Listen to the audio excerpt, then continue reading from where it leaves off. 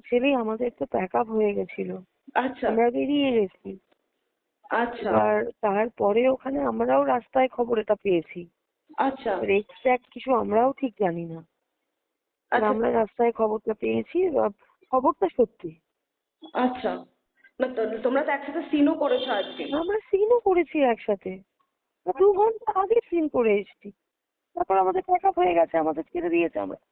আমাদের আজকে কলকাতায় ফেরা, আমরা বেরিয়ে গেছি। আচ্ছা, আজকে কি জলের মধ্যেই শুটিং হচ্ছিল না তোমরা রাস্তাতে কোনো দুর্ঘটনার না জলের? না, আমরা তো সি বিচেই শুটিং করছিলাম, আচ্ছা জলের মধ্যে কিছু ছিল না।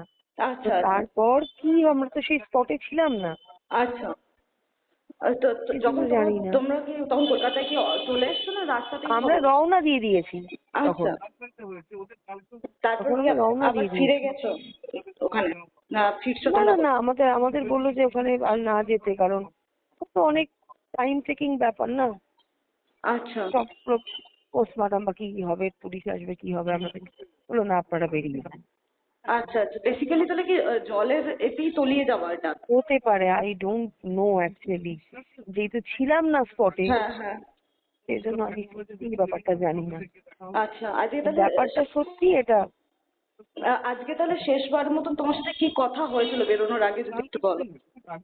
হুম, বলবো আমাদের আসার আগেও আমরা ভিডিও করেছি, আমরা একসাথে ছবি তুলেছি। আমরা এটাও বললো তোমাদের সাথে হয়তো আর দেখা হবে না, কারণ আমাদের আজকে বেরিয়ে যাওয়া, হুম। আর ওদের কালকে ফেরার কথা।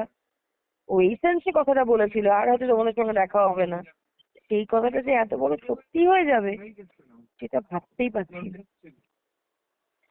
সুস্থ সবল ছেলে, কোনো প্রবলেম নেই, কিছু নেই, কি বলবো।